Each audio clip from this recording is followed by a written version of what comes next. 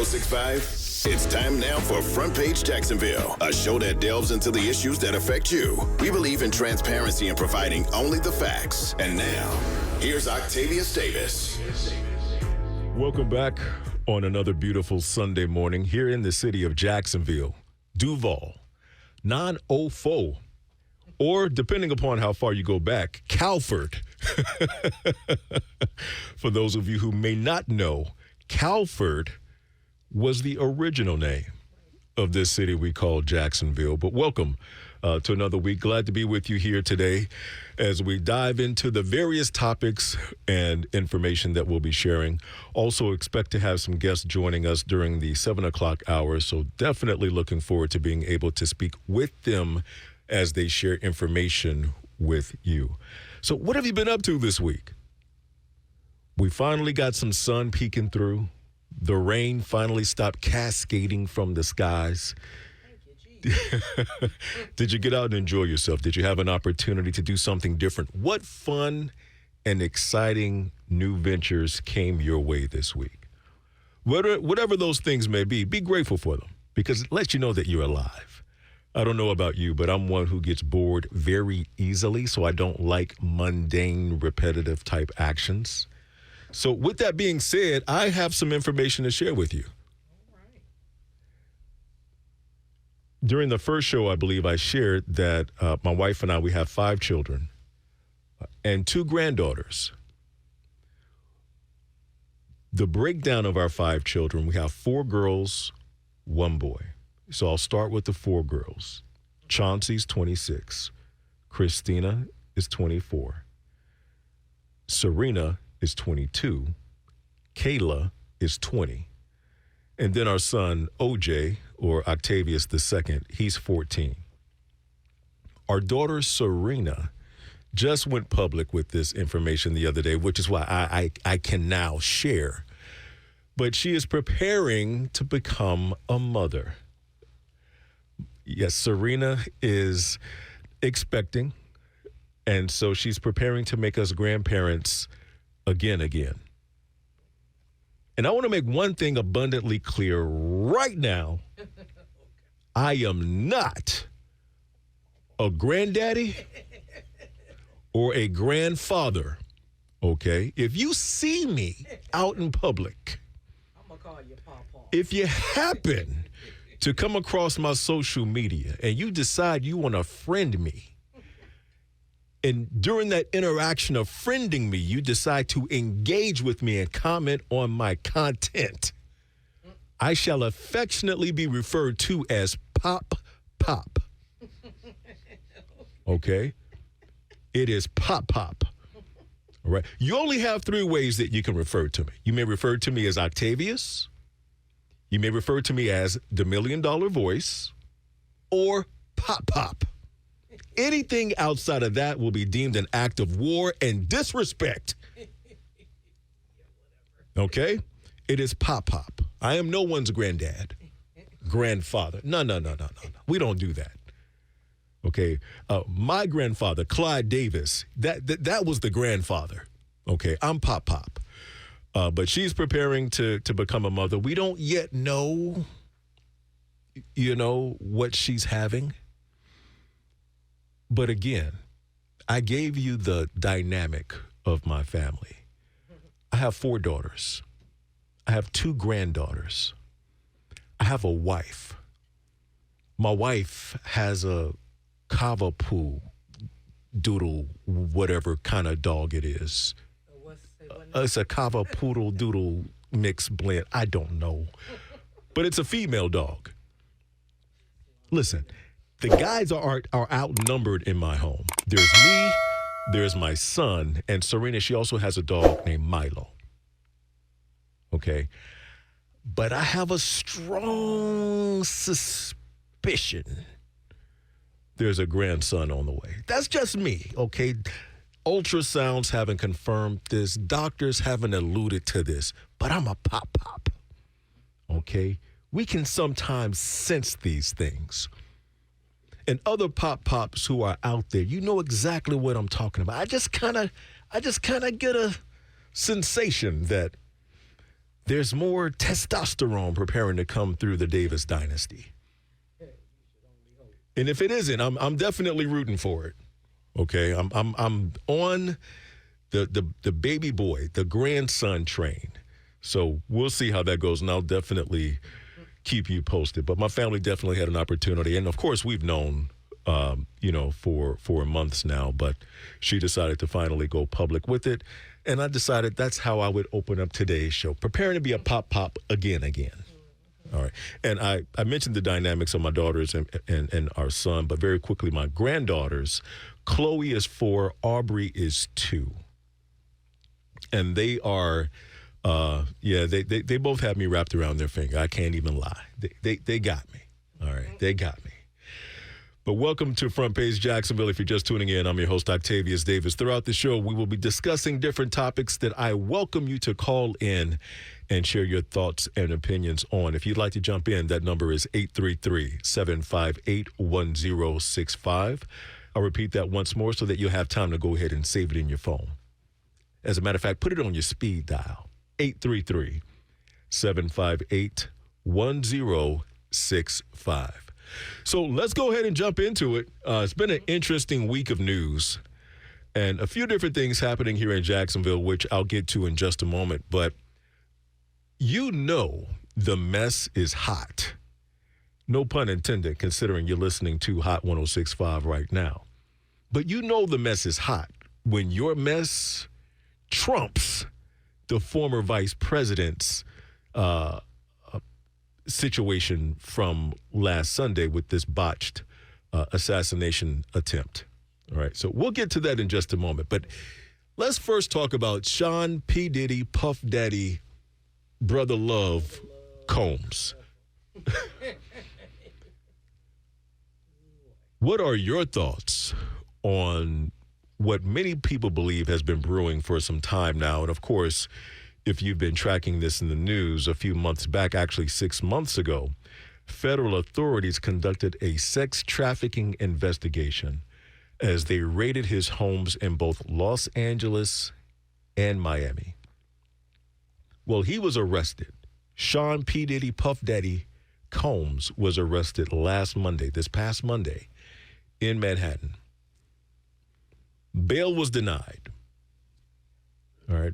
His bail was denied on Tuesday after he was charged with sex trafficking, racketeering, conspiracy, and transportation to engage in prostitution. Combs pleaded not guilty to the charges in federal court in New York City. In the indictment, prosecutors allege that since 2008, Combs has been part of a criminal organization that engaged in or attempted to engage in sex trafficking, forced labor, kidnapping, arson, bribery, obstruction of justice, and other offenses. It's going to be very interesting to see how this whole thing plays out. I've done my best as I've navigated through social media this past week and, being selective with how and where I digest content surrounding this particular situation. Because first and foremost, I do not take joy in another person's downfall. Never have, never will. And so even with this segment, as we speak about it on the show, please know and understand that this is not a celebratory fest. Admittedly, one of the things that is a bit disheartening to me that I see happen, unfortunately, too often within the African American community, and I see it happening on social media, there is almost this celebration of where people, see, I want to see who gonna fall next. Yeah, I knew he wasn't nothing. Oh, such and such, they next. This like, well, hold on now. Wait a minute.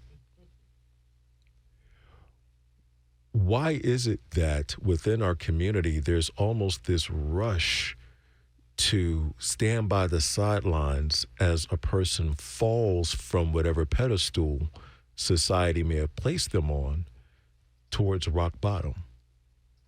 I don't understand that. Now, I do not condone any of the allegations against him. And I have to call it as allegations because he hasn't been charged with anything. Last time I checked this country that we live in, we're still innocent until proven guilty. Yes, there may be stories out there on social media. Yes, there may be video out there, but I majored in communications. I didn't major in law. So that's not my forte. And I'm also mindful that we still don't know the full story of what's going on in this situation, so we can only really speculate. We can only really speculate. But it's going to be very interesting to see how this continues to unfold, because just based on some of the information that I've digested, I'm hearing things like there are tapes, recordings of different individuals engaging in certain activities. Something that I chose not to even do a deep dive in, but 1,000 bottles of baby oil. What was happening there? A whole lot of people at a whole lot of parties. That's a Diddy party, Puffy party. I'm not sure what they call it, but I'm introverted as it is. It is hard to pull me out the house to go to a freaking social event, let alone a party. But if I were to roll up to an event and they start passing around the baby oil, it's time to go home. No, I'm out of here. Yeah. I got. Look at the time. I gotta get up early in the morning. I have a show to do. Right? And what's unfortunate, because, let's keep it real. We all have our proclivities. Our what? We all have our proclivities. Huh? We all have those things that we are fond of. Good, bad, or indifferent. Because heaven and Hades knows that I definitely have mine. So it's unfortunate when a person's extracurricular activities, is exposed to this degree. But I will say this, regardless of what an individual's fetish may be, that's all fine and well if that's your thing. But it is a problem when those fetishes, those fantasies, those proclivities spill into the lives of other people and negatively impact them. That's not cool. And ultimately, that's kind of what we're seeing here. But again, I'll leave that to the law to break all of that down. That's not my forte. I even watch a lot of Law and Order. SVU. Huh? I am a huge fan of Saul Goodman from the Breaking Bad series, Better Call Saul. Absolutely love it. But I am not about to get on this radio and play in your face like I understand legal terms and all that stuff. I don't. I'll be on the sideline watching just like you. But there are a couple of things that came up as I've been researching this that I just want to kind of share with you real quick. Do you know how he got the name Puffy? I didn't know that either. Combs was given the nickname Puff as a child because he would huff and puff when he was angry. Right? And just two quick things as I wrap this up, because we have a commercial break that we're coming up against. I will say this, as I not cast judgment on him for all of this stuff that's going on. A couple of years ago, there was something that he said that has always stuck in the back of my mind. And the bookmarker in my mind is one where I've said, there's something about him that's not too above board. This must have been 2005 when his show Making the Band was on television. And one of his team members, her name is Lorianne. She's a choreographer. Boom Cat is like her thing that she's notorious for. Well, they were having this dialogue back and forth, almost like a argument. And he said to her with dead eyes, "You know how I get down." And the look of fear on her face was ingrained in my mind. So where there's smoke, there's fire. So it's going to be interesting to see how this whole thing plays out. This is Front Page Jacksonville. I'm Octavius Davis. We'll be back on the other side of the break. Now back to the show that informs you and discusses the issues. Front Page Jacksonville on Hot 106.5. If you're just tuning in, on the other side of the break, we were talking about the situation with Sean Combs, Puff Daddy, Diddy, however you referred to him. If you'd like to jump in on that conversation, 833-758-1065 is the number to call with your comments. One quick thought that I have on it before moving on to the next story. Howard University stripped him of the honorary doctorate degree that they gave him, I think, in 2014. And they also returned the $1 million donation he had given the school as well. Would you, let's say there was someone who was involved, they donated $1 million to your business, your organization, your venture, what have you. And then a couple of years later, 10 years later to be exact, they get caught up in some situation. Are you giving the $1 million back? Are you going to boomerang those $1 million return to sender? You giving the money back? We're talking about an HBCU. As a product of an HBCU, we seek to find money where we can. Now, let me say legitimate money, huh? We seek to find legitimate money where we can. They sent the $1 million back. And they rescinded the honorary doctorate. Now, throughout the years, I've heard of celebrities receiving honorary doctorates. That's cool, okay? It is what it is. But he don't have the bachelor's. He attended Howard. He didn't graduate Howard. He left before he finished the program. So, I mean, yeah. He can get an honorary associate's degree. This is how my mind works. I look at stuff like this. So y'all just gonna leapfrog past the associates, past the bachelors, and go past the masters. He didn't get an honorary master's degree. He got an honorary doctorate in humanities. Oh, the irony. I'm all about education, but I just kind of want to, talk about this for a minute. I'm no one's scholar. My wife is currently in grad school. She graduates with her master's in December. Shout out to you, baby. She and she's going to go on and get her doctorate degree. Okay. But I knew a long time ago that me and education was going to have a tumultuous relationship.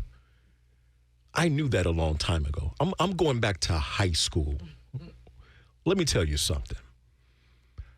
I racked up on superlatives my senior year. I was the homecoming king. I was voted most talented from my senior class, like a few other little ditties, no pun intended, that I racked up my senior year of high school. And so in high school, I failed algebra 4 times. 4 times. Well, Octavius, there's only 4 years in high school. Yes, and I was consistently failing algebra. Okay? The young lady that I dated in high school who coincidentally was also the homecoming queen, do you know how awkward it was walking her to advanced honors trigonometry and then I'm going to my arithmetic class? I'm talking basic math is what I was going to. But it didn't stop there. I went on to college and I failed algebra 4 more times because I'm no quitter. You understand what I'm saying? If I'm going to do it, I'm going to do it right. And I'm pretty sure, I am positive, in both high school, my senior year, and my senior year of college. Both those professors, I know the one in college because we had the conversation. He said, look, man, I like you. He said, I see you putting in the effort. And I know that this class is the last thing stopping you from walking. He said, look, man, I'm going to help you out. You know, and he gave me the wink. I knew what that meant.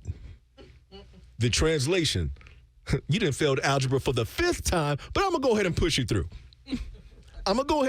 through. Okay?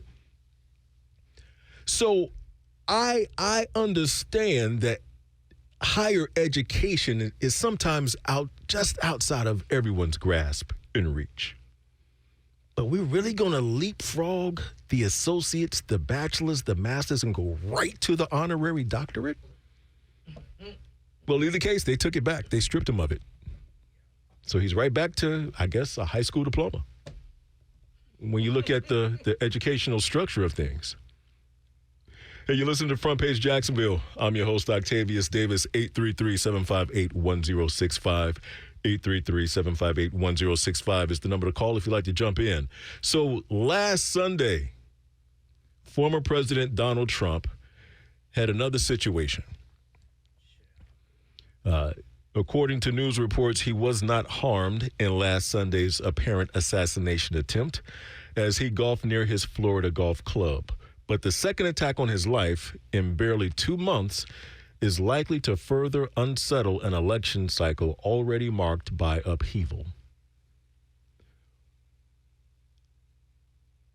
I remember it was probably the 80s.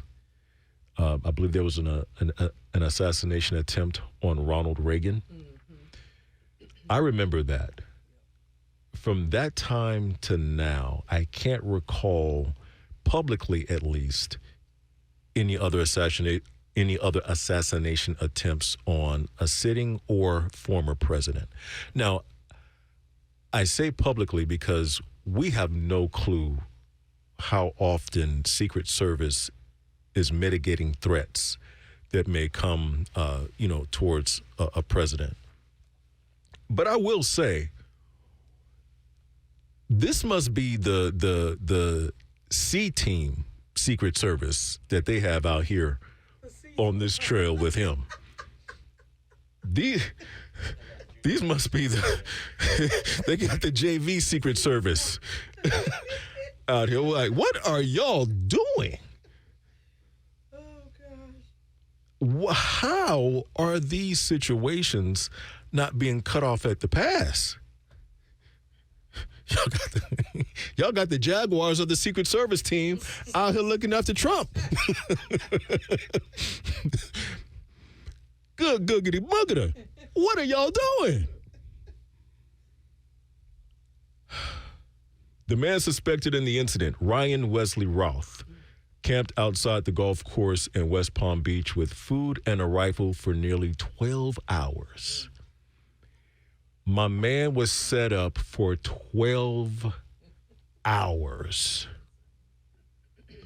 According to court documents filed on Monday, he is accused of lying in wait for the former president before a Secret Service agent opened fire, thwarting the potential attack. He sat in the bushes for 12 hours waiting. And so this is why I'm saying, okay, well, what's going on with the Secret Service? Again, I've never attempted to join the Secret Service. I don't know anything about their training, but I would like to believe that requires a certain level of attention to detail. Oh, I was going to say confidence. I'm certain that there should have been some sweeps taking place within a certain cycle to ensure that there weren't any safety concerns for the former president, especially considering barely 2 months ago, there was that situation at the rally where the gunman apparently got a shot off and grazed Trump. You would think that would cause their level of intensity to increase with wanting to be more diligent to prevent something like that from happening again. But you know the Jaguars. They're going to go out there and can't get right. And it seems like that's what the Secret Service is doing. They can't get right. And so regardless of how you feel about the person, again, we are speaking about a person who represents this country, and whether you like it or not, was a world leader and currently running to hold that position once again. Those people who are assigned to protect him, come on, let's tighten up. Let's do our job. 833-758-1065. 833-758-1065 is the number to call if you'd like to get in. So let's move on and talk about some things that are happening here in Jacksonville. Because neighbors in a Regency apartment complex have been stuck in the dark for the past 3 days. Now, the past 3 days, today is Sunday. This article was written on Thursday. The article was written on Thursday, so the past 3 days, that means that this situation went down on Tuesday of this past week. We are in the middle of hurricane season. And as I'm sure we can all relate, when that power goes out, and if you don't have no generator to keep that AC blowing, it gets hot in that apartment or in that home very quickly. Here it is. These residents were stuck in the dark for the past 3 days. Power went out in 2 buildings on Wednesday, but the lights still haven't come back on, and the residents are at their wits' end. When you were on the ground, you could actually feel the ground buzzing. This was according to Susan Long, one of the residents who rents an apartment there at Bella Teresa. The contractor is working diligently to get the parts necessary to get the power back to the building permanently, but in the meantime is working on a plan for temporary power if the parts cannot be found locally. The management team at the property is communicating with the residents, and teams are on site working to get the power restored, said Artcraft Management, Inc. President Althea Parker in an email statement the other day. But watch this. So that was the email statement that Miss Althea sent out. Okay. Miss Althea said, no. We gonna nip this in the bud. We got crews working. They gonna get that power restored. Yes, they is. They got the parts. They're gonna order the parts, and if they can't get the parts, we're gonna get some temporary parts in so we can make sure that the residents can see. We're gonna get them lights back on. Yes, we will. That's what Miss Althea said. Did she say it like that? That's exactly how Miss Althea said it. But a text message sent to residents just before 5 p.m. informed them repairs won't be made until Tuesday. As in day after tomorrow? As in day after tomorrow, Tuesday. Miss Althea. Miss Althea. You said the contractors was diligent. They're going to get it on. The parts. But then close of business on Thursday or close of business on Friday. Send out a text message letting residents know that the power won't be restored until not today, not tomorrow, but the day after tomorrow. We are talking about September 24th. That will be a full week that these residents have been without power in the Bella Teresa apartments. Now, unless something has changed between when this article was written and now, in case crews were working yesterday or late night Friday and was able to get the power restored, please call and let us know. 833-758-1065. 1065. But based on the timeline, Miss Althea has said in the text message that they sent the residents right before close of business at 5 p.m. on Friday that the repairs won't be made until Tuesday. That's not right. And I'll extend another measure of grace. Maybe the Bella Teresa Apartments provided fans for the residents or some other means for air circulation to get through their apartments. I don't know. The story didn't allude to that.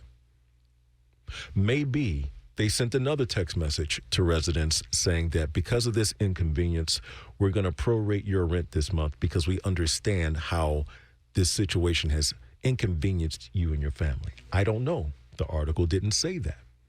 But I'm attempting to extend grace in this situation because I recognize that articles don't always tell the full story. And Miss Althea seems so sincere in her email statement. We gonna get this power back on, and we're gonna put a plan together to temporarily get the power back on. If the parts can't be found, we're gonna do something. We're gonna fix this. But Miss Althea, this text message had said that it's not going to get up until Tuesday. So maybe Miss Althea came up with a workaround plan for the residents. I don't know. So I'll hold my judgment, but I will at least express what my thoughts and concerns are for the residents there at Bella Teresa. This is Front Page Jacksonville. I am your host, Octavius, the $1 Million Voice Davis. And if you want to jump in on the conversation, the number to call is 833-758-1065. That's 833-758-1065. There's more coming up in just a moment. Now back to the show that informs you and discusses the issues. Front Page Jacksonville on Hot 106.5. Thanks for joining us this Sunday morning. I'm Octavius Davis, your host. And question for you, have you heard about the new fairgrounds that the city recently approved? This is going to be, I think this is exciting. I think this is a great opportunity for the city. The new site for the Jacksonville Fairgrounds on the city's west side has been approved for construction. According to news partner, the Jacksonville Daily Record, the city issued a permit this week for construction to start on an expo hall, office space, and amphitheater. The project is expected to cost at least $17 million. If all goes according to plan, the area on Normandy Boulevard, east of the Jacksonville Equestrian Center, which has already been cleared by crews,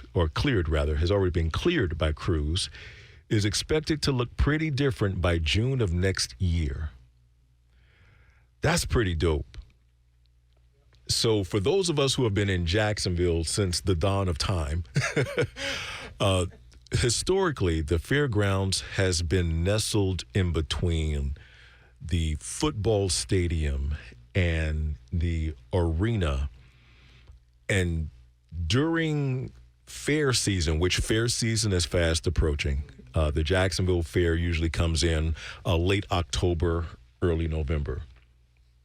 But it's pandemonium from a traffic standpoint when trying to get downtown. And heaven forbid if there's a concert or a show happening at the arena, or if it's a Sunday and there's a football game at the stadium while the fair is here. Oh, pandemonium. Now, I will say, one of the things that I have always enjoyed since I was a child, whenever the fair has been in town, is when going across the Matthews Bridge at nighttime and you can see the fair lights and the Ferris wheel and all of that lit up nice and bright in concert with the football stadium and all the other lights downtown. That is a spectacular sight to me. I've always enjoyed seeing that since I was a child. So it's a little bittersweet from that standpoint. Won't be able to see the dazzling lights while driving across the Matthews Bridge to let you know that the fair is finally here. But that's okay. That's okay, because with the city approving the move of the fairgrounds over to the west side, and if you haven't been on the west side in quite a while, especially the Normandy Boulevard area where this article is referring to near the Equestrian Center, there's a lot of land out there. And so hopefully with this move, it will eliminate a lot of that traffic that we see in downtown Jacksonville during the fall once the fair is in town and those other events that I just made mention of. But here's the other thing that I'm hoping it eliminates. I shared with you last week on the show that I grew up in Caravan. All right, so going to the fair back in the day, I'm talking early 90s, I declare we were in survival mode back then. Here's what I mean by that. My mama didn't take us to the fair. We found our own way to get to the fair. And what that would usually look like is a crowd of us teenagers. I must have been maybe 11 or 12 at the time. My brother, he's 2 years older than me. So if I was 12, he was 14. And all the other neighborhood kids, we would find a way to get down there to the fair. And it was great, right? You're a kid, you're walking around the fair. Oh, okay, this is cool. You meet up with your friends. You try to get phone numbers. Huh? This generation don't know nothing about that. Y'all don't know nothing about going to the mall, trying to get phone numbers.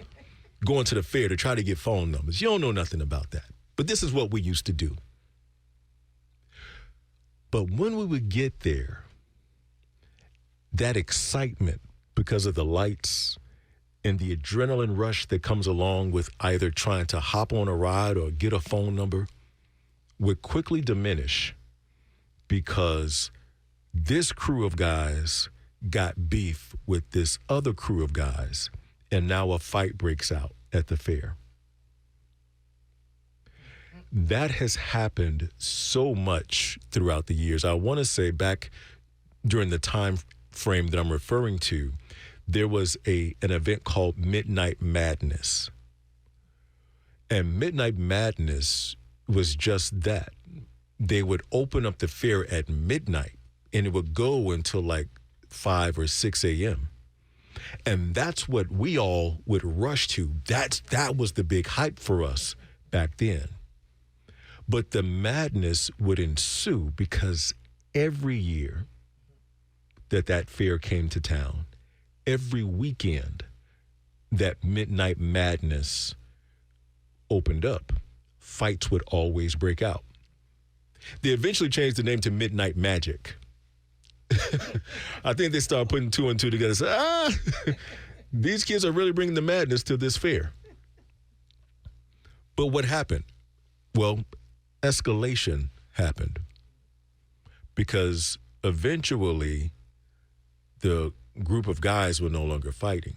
Now there were incidents where they were actually using weapons, guns, having shootouts.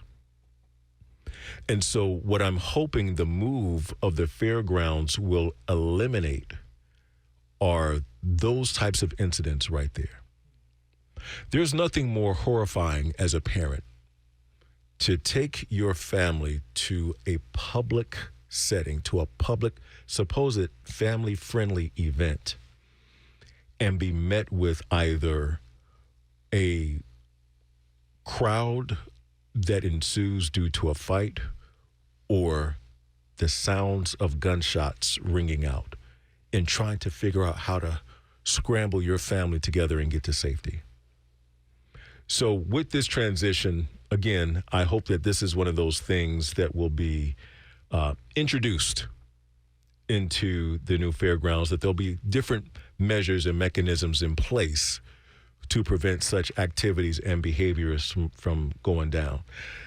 I'll be honest, I think having this ready by next June is a bit ambitious. Have you seen how long it takes them to do road construction in Jacksonville? Have you seen how long it takes for a pothole to be filled in a neighborhood here in Duval County?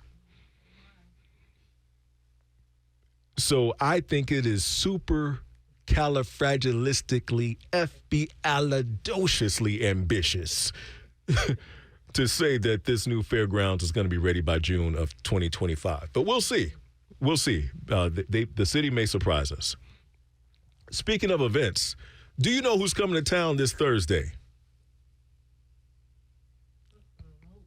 You don't know. Okay, I'll tell you. Pop quiz. He comes from a famous family. Okay. I'll give you another clue because you're not getting it. Okay. Comes from a comedic family. Oh, it's Marlon Wayans. Marlon Wayans. Yeah. Marlon Wayans is coming to Jacksonville this Thursday at the Florida Theater. And I'll be honest, I'm not a fan of his art. But I am a fan of the person, the man, Marlon Wayans. I'm a fan of Marlon Wayans. And as I was thinking about this, because, wow, I really feel like I'm old. So as I'm telling these stories, somebody say, back in my day, well, I remember when Marlon Wayans came on the scene. So In Living Color was a cultural phenomenon that impacted the planet in the late 80s. And so that was Keenan Ivory Wayans. And, he put Damon Wayans on, Kim Wayans, his sister, Sean Wayans. And so Marlon Wayans is the younger of this sibling group. But I remember I would see him in movies back then, and it was, he just seemed overly goofy. And it was challenging for me to really be able to connect with him as an actor or comedian. I'm like, this dude is like, kind of over the top with it. But I cannot deny his genius. That entire Wayans family, their parents did a phenomenal job with them. I would have loved to be a roach on the wall in their house. They had roaches. Don't look at me like that, Wanda. They had roaches growing up. I know they had roaches growing up. They know they had roaches growing up. I know they had roaches. I can't say I wish I would have been a fly on the wall. No. Flies would not have survived in that house. A roach will stand until the end of time. I wish I could have been a roach on the wall, just observing the hilariousness that I'm sure ensued in that household. But, White Chicks, Scary Movie, How to Be a Menace in South Central While Drinking Your Juice in the Hood, Little Man, like all these different films that they were a part of. I've seen White Chicks maybe once or twice, but the films, they just don't resonate with me. But here's the other part. I do recognize that many of those films are cult classics. Gotta respect it. He recently appeared on Shannon Sharp's podcast. I believe it's, is it Club Shay Shay? And having an opportunity to hear Marlon Wayans speak about his career and his family and the way that they go about making different decisions, I was like, man, I respect that man right there. I am a fan of the person, the human being, the man, Marlon Wayans, because what him and his family have done are undeniable. It's absolutely undeniable. So he will be here in Jacksonville this Thursday. And here's the thing. There are a few other artists who I'm not a fan of their art, but I may be a fan of like some other dynamic, like case in point, Jay-Z. I'm not a fan of his music. I'm not. I am a fan of his business mind, but I'm not a fan of his music. I never sold drugs. I can't relate to that. Okay? Beyonce, I'm not a fan of her music. And truthfully, I'm not her target audience. Let's face it. And that's fine. But I'm not a fan of her music. But I am a fan of her philanthropic efforts. I really enjoy seeing whenever there's an article that comes up about something that she's doing for, families in Houston or residents or whatever the case may be. So Marlon Wayans, he's not the only, person who I'm not a fan of their art. No, there are several others where I'm a fan of other aspects versus just their art. Marlon Wayans coming to Jacksonville. Whenever you come to Jacksonville, welcome to the city. Hope you enjoy yourself. And if you go to the show there at the Florida Theater this Thursday, I hope that you enjoy the show as well. 833-758-1065 is the number to call if you would like to jump on Front Page Jacksonville. So we covered a few different topics. All right. We spoke about, just wrapping up, of course, with Marlon Wayans. We spoke about the fairgrounds, the new fairgrounds that's going to be coming about by next June over on the west side. This hour, we also discussed the residents over in the Regency area, the Bella Teresa apartments. Miss Althea said she was going to get them some lights, but Miss Althea, they still in the dark. They're not expected to have any power or electricity restored until this upcoming Tuesday. We spoke about the presumed second assassination attempt of former President Trump. And we kicked things off talking about the diddler, Sean Puffy Combs, and everything that's going on with that situation. So if you have thoughts or comments on any of those topics, I'll welcome them in the next hour. The number to call is 833-758-1065. That's 133. That's 833. Pardon me. 833-758-1065. We'll see you on the other side. Broadcasting from the Anna Jarla Hot 106.5, it's time now for Front Page Jacksonville, a show that delves into the issues that affect you. We believe in transparency and providing only the facts. And now, here's Octavius Davis.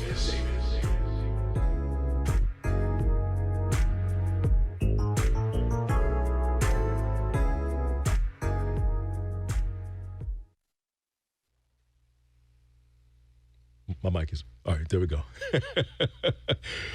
Hey, welcome to the 7 o'clock hour of Front Page Jacksonville. So I'm really excited to get this brother on with me. So before I bring him on, let me tell you a little something about what we're about to jump into. So for the past 2 weeks, we've spoke about the east side of Jacksonville and a lot of the different things that are beginning to transpire there. And I stated last week that I wanted to get a representative from the east side in on the show so that we can find out what's really going on. We know what the newspaper is saying. We know what the TV is saying. But I want to know what the east side is saying. So joining us today is the chairman of the board of directors for the historic Eastside CDC. Now, before I tell you who he is, let me tell you who they are.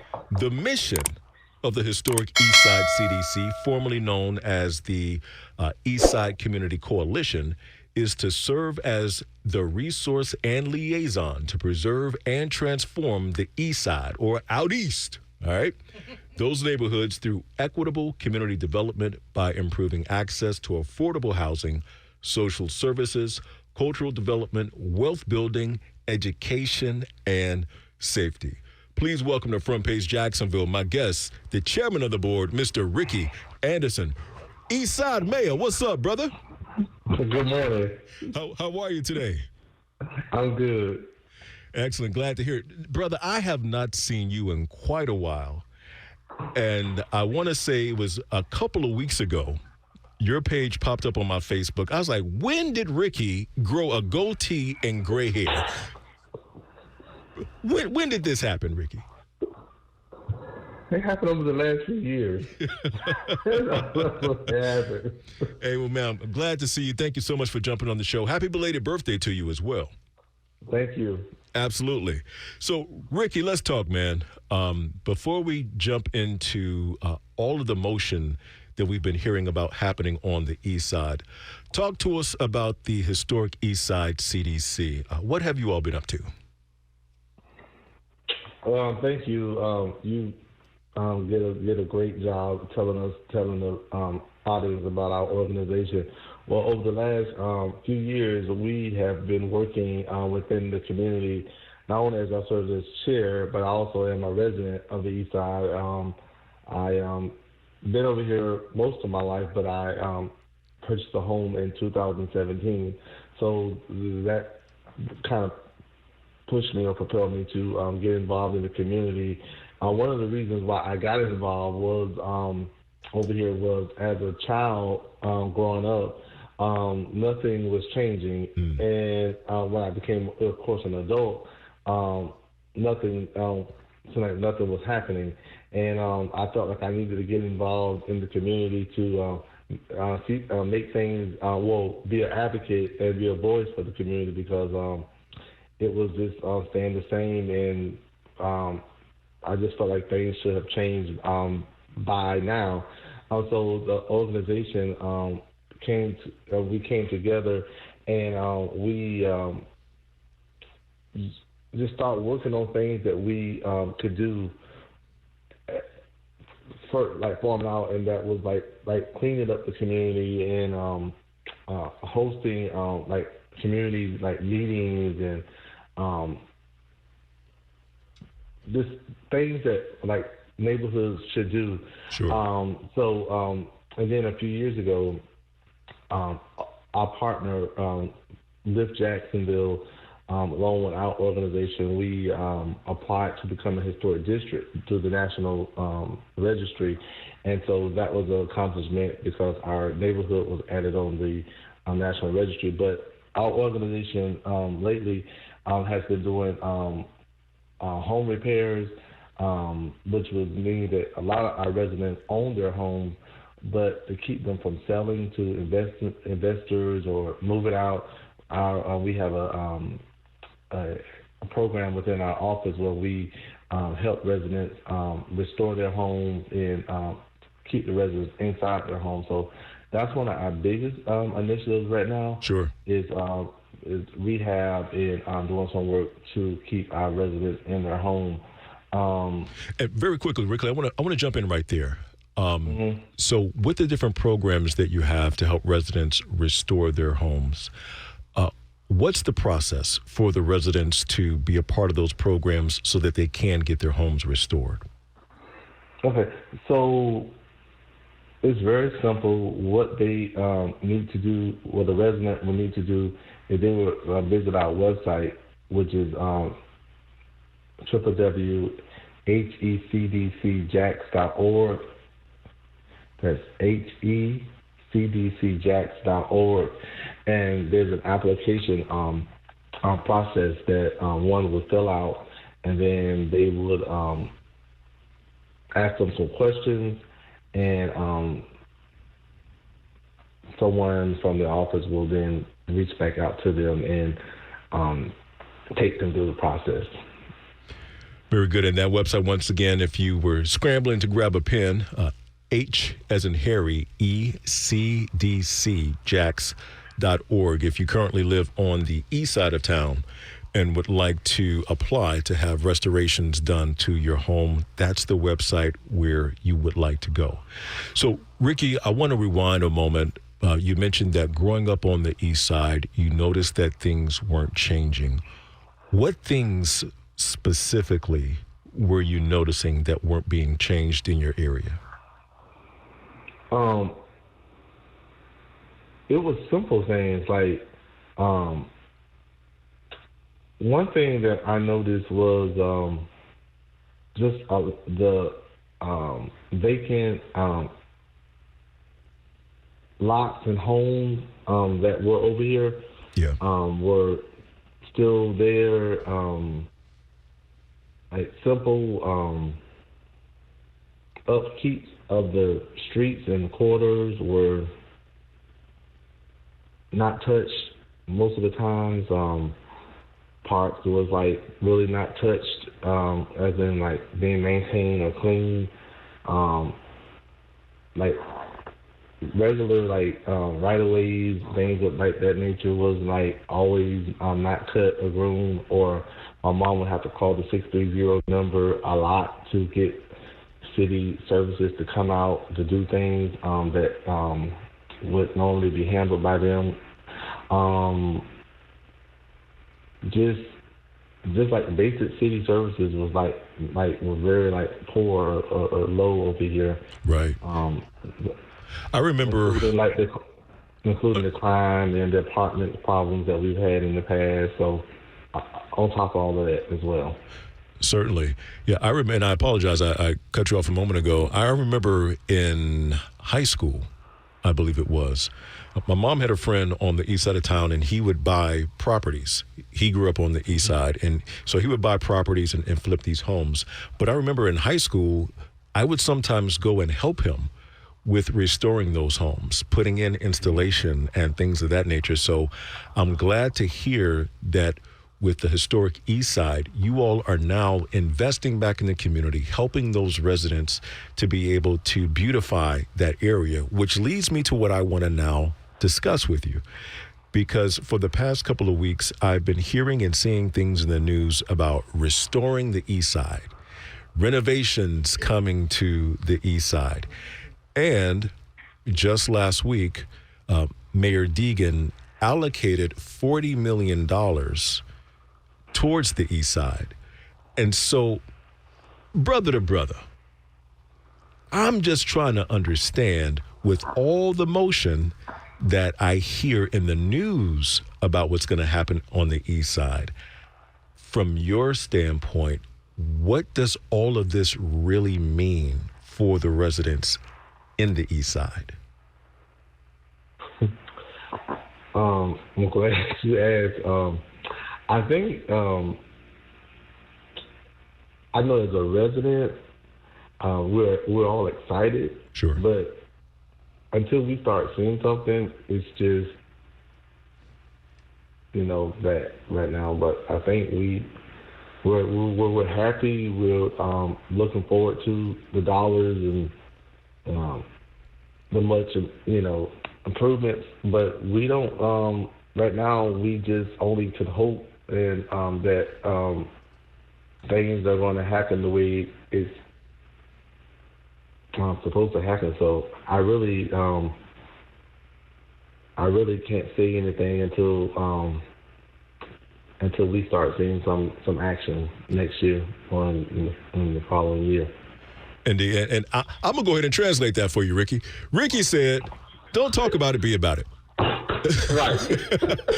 Until we see action, it's just talk. I got you, Ricky. I'm right there with you.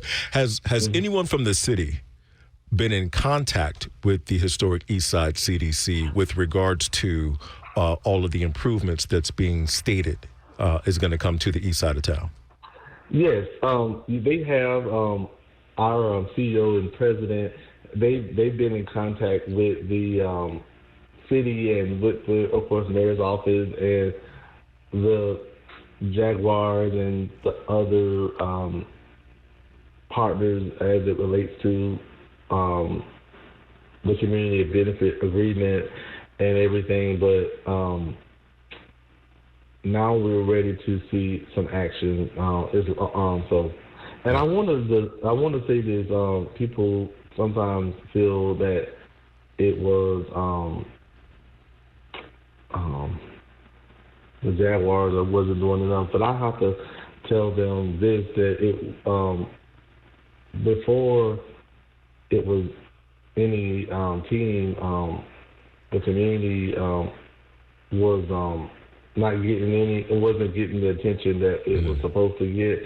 So now it's like we're so far behind until now we have to play catch up. So right.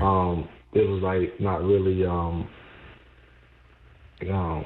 it was it's really needed now because we need a lot of services to really get us where we need to be. But we're getting there. Day by day, things are changing. So I just would tell the residents to stay with us and hold on to your property. And if you need help, to reach out to us, to the Historic Eastside CDC office. And you mentioned the Jaguars. I'm glad you brought that up because that was going to be my next and actual final question for you. So with the new stadium deal that was secured and the now talks of expanding that area a little bit further into the east side. How will that impact the residents with the Jaguars looking to expand their territory or towards the east side? Well, I'm not sure the Jaguars are expanding. I think the Jaguars staying where they always, where where they're currently located. So I know they are not expanding as in expanding over into our neighborhood. So that's one of the things that they stated early on, that they were not going to expand or to over here. We're hoping to keep everything, but keep it a residential area and not make it part of the sports entertainment district, which is blocks maybe under the expressway, going to the old former Fairgrounds area. Good deal. Well, that's great to know. Because that was one of my concerns, just as I've heard of, again, all of the talks about motion over on the east side. So thank you for coming on to let us know what's happening out east, sir. This is the chairman of the board of directors, for the historic East Side CDC, Mr. Ricky Anderson. If you'd like to get more information about the historic East Side CDC, you can visit hecdcjax.org. Ricky, thanks for hanging out with me today, sir. Thank you for having me. I look forward to joining you again. Absolutely. Front Page Jacksonville will return in just a moment. The heartbeat of the community. Front Page Jacksonville returns on Hot 106.5. Hey, we're back. 833-758-1065. 833-758-1065 is the number to call if you'd like to hop in and share your thoughts on any of the topics that we're discussing today here on Front Page Jacksonville. Did you hear that JTA has won a $15 million federal grant? That's huge. That is astronomically huge. The Jacksonville Transportation Authority has been awarded a $15.6 million federal grant from the U.S. Department of Transportation to purchase a new diesel hybrid electricity ferry for the St. Johns River ferry service. This grant, part of the Federal Transit Administration's passenger ferry program, will allow JTA to supplement its existing ferry with a second vessel, enhancing connectivity and service reliability.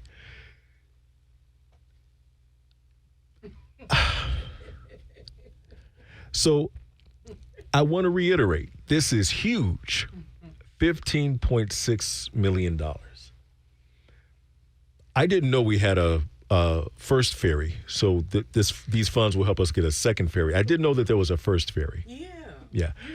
I didn't. I just said I don't know. Oh.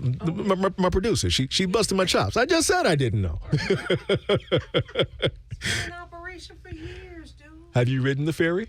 Of course not. Of course not. See, this is what I'm saying. No, but I knew about it. Hello. I didn't know about it.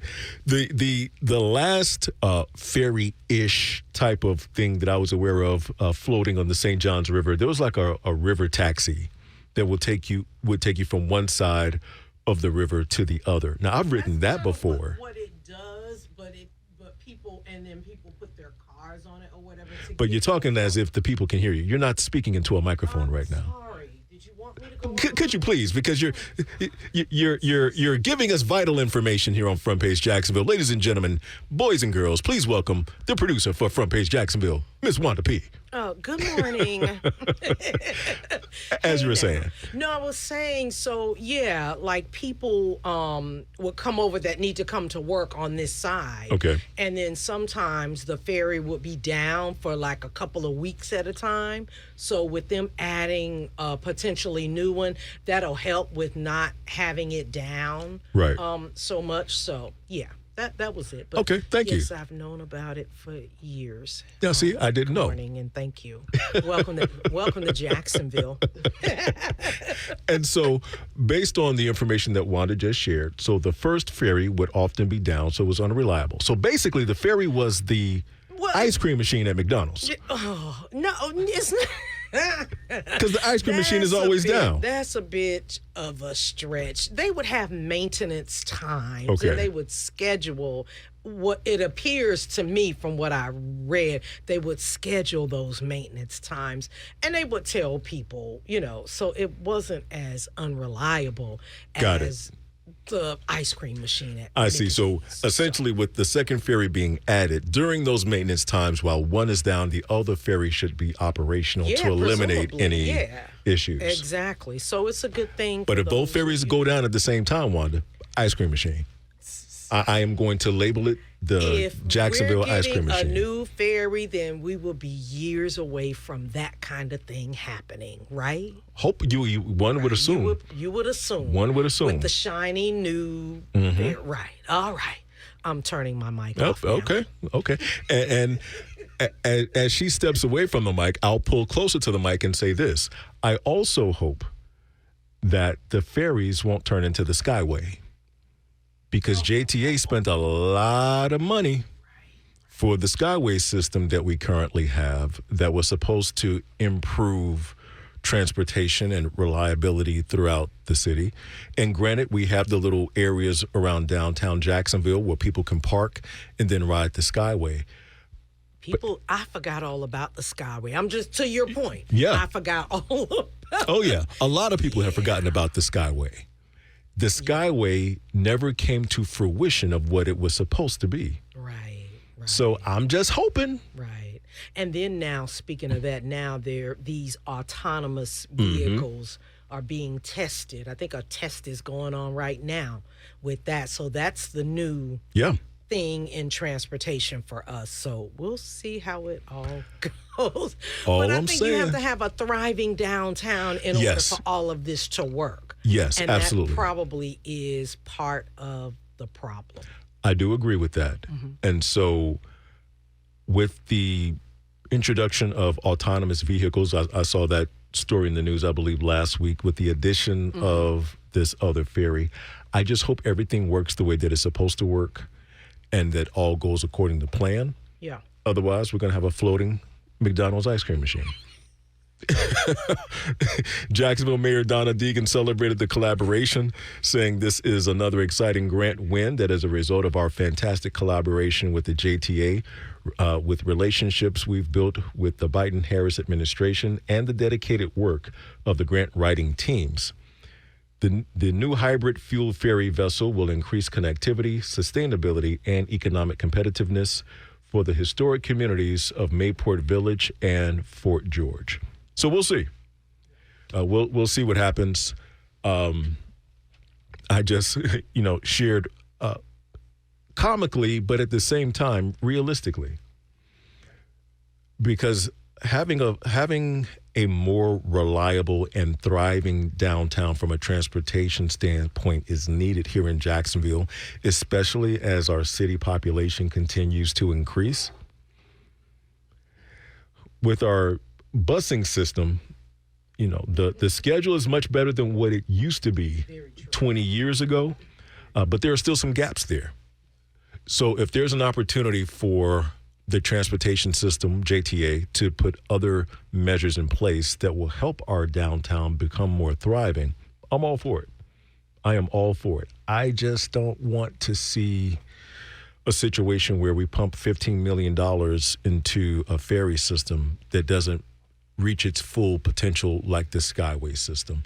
And I don't even recall how much money the city pumped into that. This was probably almost 25 years ago when the Skyway system got put into place. But, you heard Wanda share admittedly that she had forgotten about it. A lot of people have forgotten about the Skyway system.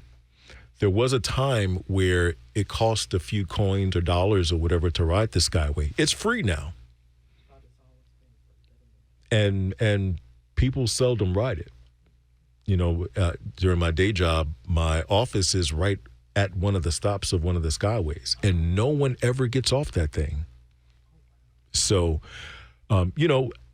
maybe the city will revisit the Skyway system and look to revamp or revise whatever that previous plan was so that the Skyway system can become much more thriving here in the city, because Great opportunity, especially with what we're preparing to see with the renovations to the Jaguars Stadium.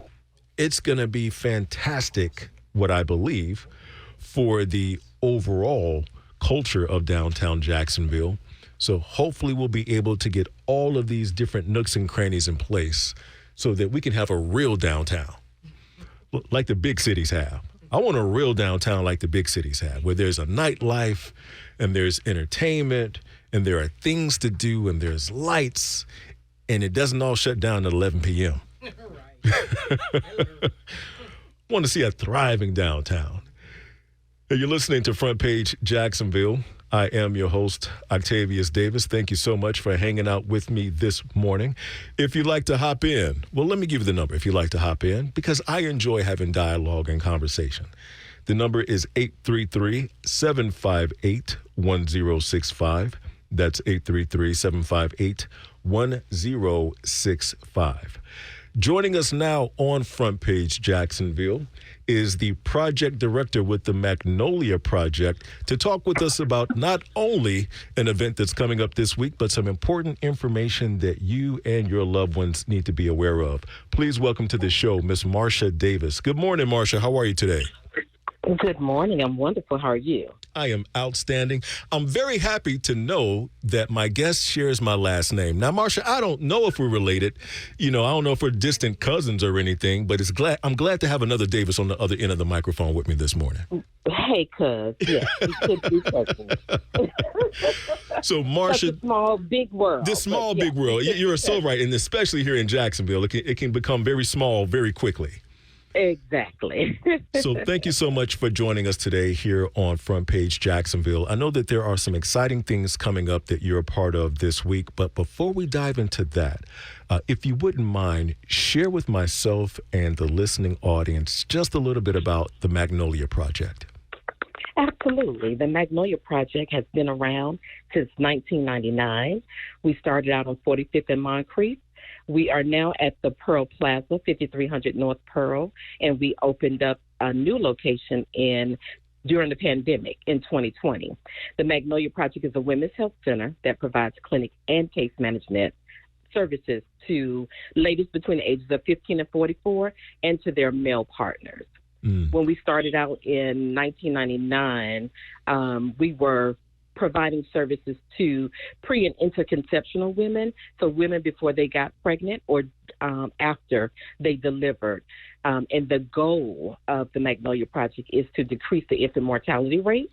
And we work in specific zip codes, which is 08, 09, 10, 11, and 77. We're also an initiative of the Northeast Florida Healthy Start Coalition. What were some of the things that you all were seeing here in the city of Jacksonville that caused the birth of the Magnolia Project to come into being? Well, because the infant mortality rate in African Americans is much higher than any other race. There is, so black babies, to sum it all up, black babies are dying at a much higher rate. And now maternal mortality has increased as well, so which means that black moms are dying also at a much higher rate than any other race that there is. And what are some of the factors that you're seeing that's contributing to the mortality rate of both the infants and the mothers meeting such a rapid demise? There's so many factors, but what we're finding out more and more, there's late entry into prenatal care, which is very important, but there's, for so many reasons, women are not getting into prenatal care when they get pregnant. But beyond that, like I said, we started out with pre- and interconception. So a woman's health before they get pregnant can have a major impact on the health of the child, or a poor birth outcome if they, again, are not getting their annual exams, if they're smoking or drinking, if they are. So there's so many contributing factors that can cause a mom to not be healthy before she gets pregnant, which, again, increases her chances of having a poor birth outcome. Certainly. Stress is one of them. There's so many contributing factors. And so with these different dynamics, there's health, there are external factors that can play a part as well. With what the Magnolia Project is doing, are there classes that you offer to provide educational opportunities, or is there some other means whereby women are able to get that information to ensure that they have a more successful maternal experience? Yes, we do provide group education classes, nutrition. Again, that's one of the contributing factors. We provide nutrition classes, safe sleep classes, Weathering the Storm of Womanhood. That's a series that talks about stress and how to reduce the stress that women feel. So there are several classes that we do provide on site at our locations and now into some of the apartment complexes that we work with. Now, Marsha, you mentioned the nutrition factor, which is so key. At the beginning of the show, I shared with the audience that my third oldest daughter, my wife and I, our third oldest daughter, she is now an expected mother. So I'm preparing to become a pop again. Okay. And that's pop. That's not granddaddy. That's not grandfather. No. It's pop. I understand. Right? I understand. And so when you speak nutrition, every day, Serena wants pizza. Every day. All right. And we are certain to make sure Serena gets her pizza. And so when you speak about the nutrition element, how does that play a factor with the cravings that women experience through pregnancy?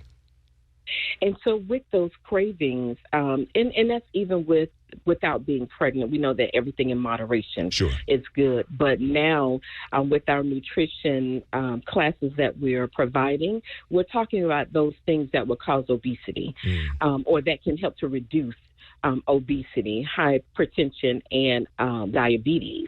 So just finding out those foods and those seasonings that can add to those meals that we're eating, especially pregnant women. I was going to say us as being pregnant, but no.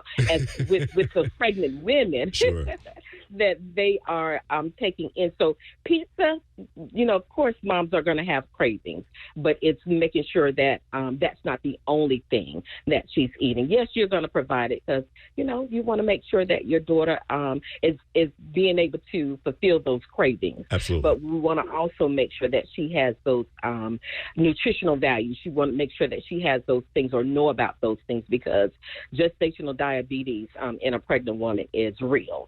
Hypertension, gestational diabetes, and and them having high blood pressure. Those things are real. So you want to make sure that she's receiving prenatal care, that she's consulting her doctor, and that she's following, doctor's orders as far as, those specific things. But also we want to make sure that she knows her body. And then as she's carrying that baby, that her body is definitely going to change, but realizing and recognizing those changes and not allowing anyone, even providers, to tell you about your body. So when she has those specific feelings that she knows are not right, and then she's able to say, hey, this is what's going on, and being adamant about what's going on because it's her body. So with that being said, we do have doulas as well that could provide additional support for her and other moms through the Northeast Florida Healthy Start Coalition, and they could be assist them as an advocate. So no medical situations, they will definitely direct them to their physician or their OB doctors, but they could also provide additional support, talking it through them, giving them comfort techniques, working with them in order to make sure that they have a healthy birth outcome and that they have the desired goal of their the end of their pregnancy when they're getting ready to deliver. And so, again, helping to advocate for the moms. You're listening to Front Page Jacksonville. My guest right now is Marsha Davis, the project director with the Magnolia Project. If you'd like to jump in on the conversation, the number to call is 833-758-1065. That's 833-758-1065. You mentioned the importance of staying active and a mother knowing their body. One of the things that my wife did this past week with our daughter, as my wife was preparing to go to the gym, she said, no, baby, you coming with me. You need to get moving. Whether you're on the treadmill or the Stairmaster, come with me, get moving so that you can start feeling better as you go through this pregnancy. How important is exercise throughout the pregnancy for an expected mother? Exercise is important for everyone. So even for the expected mom. Very true. So it's important. So to keep moving, it also helps her body. So naturally, a woman's body has the tendency of allowing that birth, canal. You can, have a baby. I'm not saying naturally without medication. Sure. I'm saying at those times where your pregnancy is progressing. And so to your point, exercise is important. And then again, consulting her doctor if she's feeling different about something during exercise or before she exercises or even after exercising. So that's very important. And you have an event coming up this Tuesday there at WJCT. Talk to us about the importance of supporting stress reduction and maternal well-being. So it's actually on Monday. So it is tomorrow. Oh, wow. I am behind. Yes. So that is tomorrow. Okay. Thank you, Marsha. I'm here with you. Thank you, cuz. Thank you. Cousin, I am here with you. So it is actually tomorrow. So it's from 11:30 to 1:30 on tomorrow at the WJCT studios, like you mentioned, and it is the life course supporting stress reduction and maternal well-being. We have Dr. Chandra Adams, who will be presenting, and Dr. Adams, she is a OBGYN from the Women's Health Care. She works at Memorial Hospital currently, and she's the owner of Full Circle Women's Care. So she will be our guest speaker for that event. And so it is open to the public. It is currently on Eventbrite, so you can go in looking for the life course supporting stress reduction and maternal health. Well, thank you so much, Marsha, for hanging out with us today. And very quickly, before we cut out, how can our listeners get in contact with the Magnolia Project if they'd like to get more information?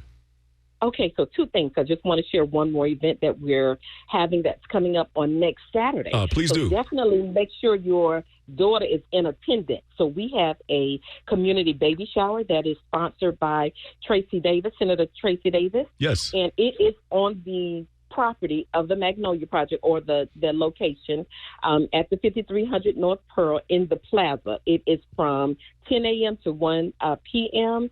All are welcome to come. It is the Community Baby Shower Joy Fest. And so we want everyone to come out between that time, again, of 10 a.m. and 1 p.m. You can contact the Magnolia Project at 904-353-2130. You can contact me via email, mdavis@nefhsc.org. Or you can go under the Northeast Florida Healthy Start Coalition, go under the tab, and you can find the Magnolia Project there as well. Well, thank you so much, Marsha, for hanging out with us today. Tomorrow at WJCT, you can attend the Supporting Stress Reduction and Maternal Wellbeing event, where speaker Dr. Chandra Adams will be sharing additional information. You can go to Eventbrite to capture those tickets. Thanks, Marsha. Look forward to talking with you again soon. Thank you. Have a great day. You as well. We'll see you on the other side here on Front Page Jacksonville. Front Page Jacksonville resumes on Hot 106.5. Did you and your family attend the Jacksonville Book Fest yesterday? Well, if you didn't hear about it, let me tell you a little something about what went down. From meeting best-selling authors to artsy face painting, there were lots of activities for families and children to enjoy at the annual Jacksonville Library Book Fest on yesterday. Dozens of Jacksonville-based and other Florida authors set up vendor tables to connect with readers and network with other authors. The Early Learning Coalition of Duval and Kids Hope Alliance worked closely with the Children's Library to make sure this year's event was one to remember. I love this initiative from Mayor Donna Deegan. I really do. She, I believe that was one of her platform items with wanting to improve literacy here in the city of Jacksonville. And it seems like day one, when she took office, she immediately began working to close the literacy gaps here in our communities. I can't think of the name of the app at the moment, but the city has unveiled an app earlier this year where students are able to track their reading throughout the school year in an effort to encourage them to do more reading. I don't know if you've spent any time in the school system lately, or if you have any children that are currently in the school system. But literacy is kind of a big deal. There are different studies that have been done where essentially they're beginning to correlate a student's ability or inability to read to how that prison pipeline system is going to work. Literacy is huge. So I love the fact that Mayor Deegan has been so proactive, and not just Mayor Deegan, but the city as a whole has really come together to rally behind the Jack's Book Fest. I had an opportunity to attend a similar event, I think in January, there at the downtown library, and just going to the different vendor tables and hearing a lot of the reading resources here in our community that are available to families and students to improve the literacy was pretty inspiring to see. You have that information, Wanda? I do, yep. It's called Mayor Deegan's River City Readers. Yep. And that app is called Beanstalk. And so you download the app, Beanstack, thank you, Beanstack. You open the app and choose at my library, school, or bookstore, and then you find a site in the search bar, type Jack's Library or River City Readers, and then select Jack's Library River City Readers. Yeah, and then you make an account and all of that. But yeah, Mayor Donna Deegan's River City Readers, if you go to jacksonville.gov and just search for River City Readers, then all the information will come up. Yep, there you go. Beanstack. Go ahead and download the app if you hadn't already. I encourage you to do so. And also download it to your kid's device. Last week we were talking about mobile devices and kids and all of that great stuff. That's a great app to download onto your kid's device to help track with their reading. Another reason why I like this, probably within the next week or two, you'll begin hearing about the after-school literacy program that I run as well. It's called the $1 Million Voice Academy. So before I talk with you about the Academy, let me share with you why I enjoy this literacy initiative so much from Mayor Deegan. Many people don't know this because I did a really great job of masking it as a younger man, but I had challenges with reading. I had significant challenges with reading, but no one knew it because, again, I did a really good job of masking it. And so throughout elementary, throughout high school, throughout college, what I would have to do to mask my reading challenge is that I would have to read the material so much to the point to where I nearly committed it to memory.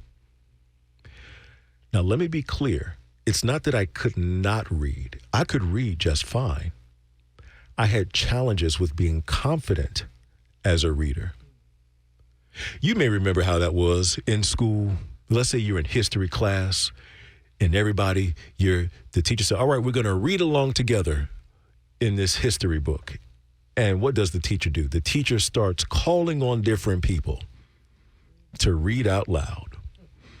And depending upon how the classroom was set up and where you were positioned in the class, you can kind of count the number of students ahead of you and start counting where your paragraph was going to land when it was your turn to read. So what did we do? We started reading feverishly. Why? Because nobody wanted to start reading and mess up. You talk about utter embarrassment. That was me. And so the challenge was my anxiety would skyrocket through the roof. So even if I read the paragraph line upon line. When it was time for me to read out loud, I would still stutter and stammer and trip over my words and all of those different things. And so fast forward, I go to college. And as I shared a week ago, the voice that you hear now, this is what my voice was at 13 years old. So at 19, I'm in college, communications major at Edward Waters University. It was Edward Waters College back then. And one of my instructors heard my voice. She fell in love with my voice. Oh, I love your voice so much. Oh, your voice. I was kind of used to it by that time. She came to me one day and said, listen, I got a phone call from this production company that's looking for an African-American male to do a voiceover for a video they're working on. And they're paying. Say less. They're paying. I'm there. I'm there. Just give me the directions. I'll go. I go to the production company on the assigned day. Now, it's important to understand these few details. I'm a voice actor now. I was not a voice actor back then. What I understand now as a voice actor is that whenever you're going to do a job, you should audition for that job so that the person who's interested in booking you can hear what you sound like for the particular gig. But the second thing, as a voice actor, you want the script ahead of time to familiarize yourself with it, to be able to go through it and do all of your, indentations and whatnot to be prepared for the quote unquote performance or the read. I did not know and understand that at 19 years old. So when I go to the production studio, I did a video about this on my TikTok account at The $1 Million Voice, if you want to follow me. Though it was a humorous reenactment, it in fact was exactly how this encounter went down. So I go into the studio and I say, hey, I'm Octavius. And he's like, oh, yeah, you the college boy. Yeah, I got your script right here. Whoa, sir. A script? He tossed me the script. There you go. Here we go. 3, 2, 1. And he hit the record button. Bro, I haven't had a time to even read the title. I kid you not. I stood in that booth, pouring with sweat, and I stuttered, stammered, mispronounced words. My heartbeat was racing so loudly, I am convinced the microphone was able to pick it up. I was terrified. The gentleman stopped the recording. I had gotten maybe through the first page and a half. It was about an 8-page long script. It was a documentary they were doing about the longshoremen here in Jacksonville. I couldn't get through the script. The gentleman stopped the recording. He said, young fella, listen, I'm going to pay you for your time, but I can't use any of this recording. We're going to have to get somebody else in here to do this. I was embarrassed beyond measure. I went outside and got in the car and I cried because I was so embarrassed. Because I knew I could read, but I was in a situation where I didn't have enough time to do what I had been accustomed to doing for so long, to mask my confidence issue when it came time to read. So fast forward, 2022. I've been voice acting since the early 2000s. After that horrid event, I began voice acting. But something that I learned, or there were several different things that I learned as a voice actor that helped me boost my confidence exponentially as a reader. So in 2022, I said, you know what? If these tips and techniques have helped me become a more confident reader, I'm going to create a literacy program where I can help kids in school be able to do the same thing. But it's not just reading. The $1 Million Voice Academy isn't just about reading. It's about having an experience. So often we hear people say that reading is fundamental. But what really begins happening is that they bore the mental. Because who wants to just read some words on a black and white piece of paper? No, that's boring. But if you come to kids and say, hey, who wants to be a character in this video game? What character would you like to be on an anime? Oh, their faces light up. And I know because I see it every school year as I work with these kids. That's what the $1 Million Voice Academy is all about. So I don't teach students how to read, but I can help them to become a more confident reader because I, at one time, was not a very confident reader. That's going to do it for me this week here on Front Page Jacksonville. I'm Octavius Davis. Thank you so much for hanging out with me. Coming up next, we got Health Beat with Wanda P. right here on your Hot 106.5, Duval's only R&B. Catch you next week. Peace.